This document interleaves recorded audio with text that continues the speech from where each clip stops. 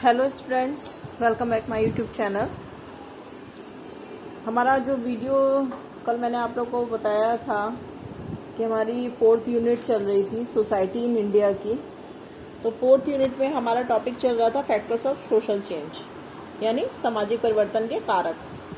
तो उसमें मैंने आप लोगों को सामाजिक परिवर्तन के बारे में बताया था और उसके कारकों के बारे में बताया था। तो आज हम उसी के बारे में ही डिटेल में स्टडी करेंगे। तो आप लोग को मैं बताती हूँ कि सामाजिक परिवर्तन क्या है, उसकी डेफिनेशंस क्या हैं और फिर उसके कारकों के बारे में।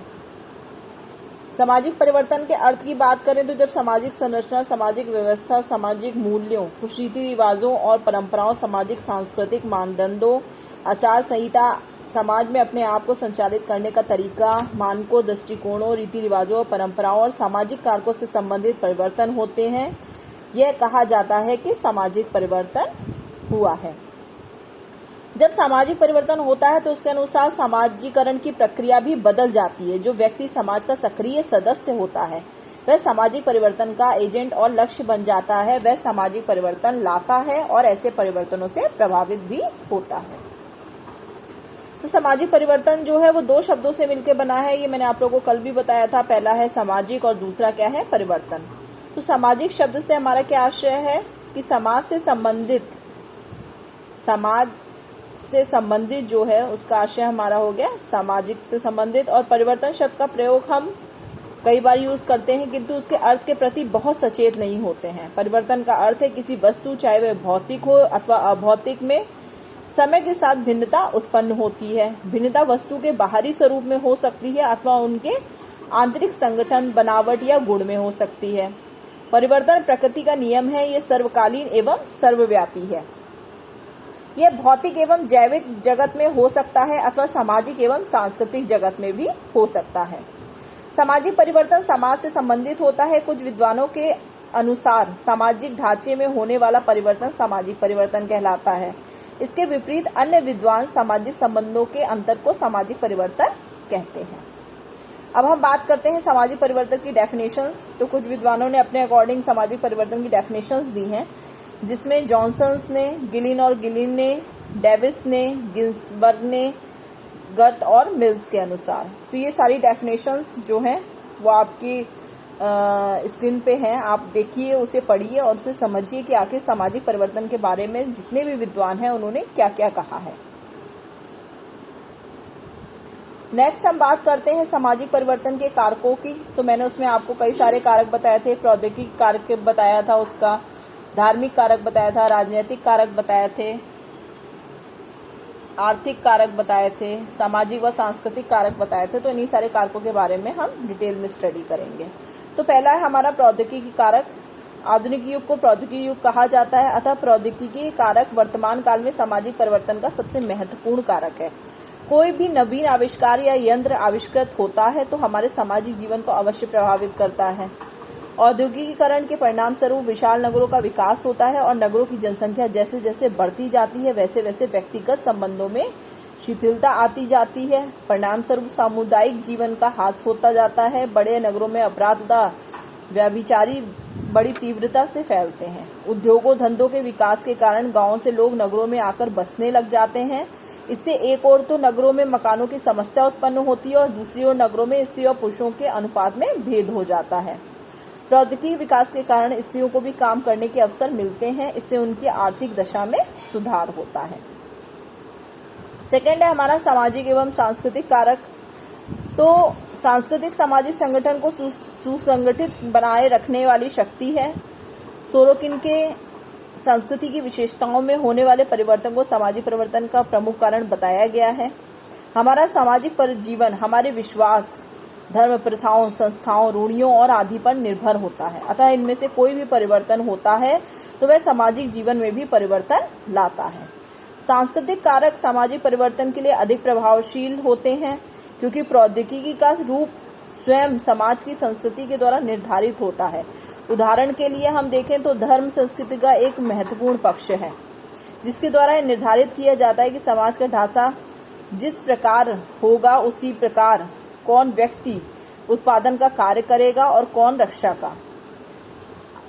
वेबर का मत है कि जब धार्मिक आदर्शों में परिवर्तन होता है तो व्यक्ति के विचारों, विश्वासों, उत्पादन की प्रविधियों और आचरण करने के ढंग में भी परिवर्तन आ जाता है।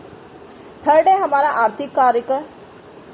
आर्थिक कारक के बारे में हम बात करें तो उसमें सामाजिक परिवर्तन का एक ये प्रभावशील कारक है। संपत्ति का स्वरूप, व्यवसाय की प्रकृति, व्यक्तियों का जीवन स्तर, संपत्ति का वितरण, वर्ग संघर्ष तथा उत्पादन का स्वरूप आदि ऐसे कुछ प्रमुख आर्थिक कारक हैं जो पर्याप्त सीमा तक सामाजिक जीवन को प्रभावित करते हैं। इनमें किसी भी स्थिति में होने वाला परिवर्तन सामाजिक स्थिति में भी परिवर्तन ला देता है। जिन देशों में संपत्ति का रूप पूंजीवादी होता है वहाँ समाज में निर्धन एवं धनी का भेद या आर्थिक विषमता पाई जाती है तथा शोषण और पीड़न का बोलबाला होता है। इसके विपरीत जब संपत्ति का रूप समाजवादी हो जाता है तो उसे समाज का संपूर्ण ढांचा ही बदल दिया जाता है। अब बात आती है राजनीतिक कारक की। तो राजनीतिक कारक में देश का जनसमूह किसी न किसी राजनीतिक दल अथवा सदस्यों से जुड़ा होता है जो उस देश के रहने वालों को अपनी विचारधारा से जोड़ते हैं।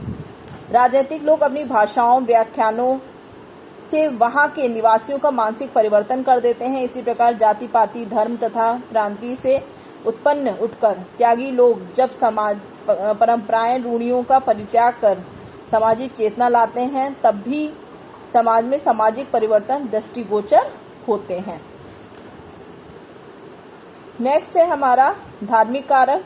तो धर्म की भावना जो है वो हमारे समाज में गहरी जड़ें हैं, लेकिन समय के साथ इसकी भूमिका जो है वो बदलती और उलझती गई है। आज समाज में और लोगों के निजी जीवन में धर्म के नाम पर जो चीज उपस्थित है उसका प्राय आध्यात्मिकता से उतना रिश्ता नहीं है जितना किन्हीं और चीजों से है जिनका वस्तुतः धर्म से कोई लेना देना नहीं है। वास्तविकता यही है कि आज धर्म के नाम पर धर्म धंधा चल रहा है। वह सत्ता की राजनीति का उपकरण बना हुआ है। सांप्रदायिक शक्तियां अपने हथियार बनाती हैं। ऐसे में व्यक्ति के जीवन में धर्म के आध्यात्मिक भूमिका खो सी गई है और वह सामाजिक जड़ता का जरिया बन गया है। प्रस्तुतः उपन्यास धर्म की इस दुखद सामाजिक परिणति का उद्घाटन करता है जो निश्चित ही उसके संगठित रूप अख्तियार करने से पैदा हुई है। नेक्स्ट लास्ट जो है वो है हमारा शैक्षिक कारक। तो उसमें डॉक्टर राम शरण पांडे ने कहा है कि शिक्षा सामाजिक परिवर्तन का सशक्त माध्यम है।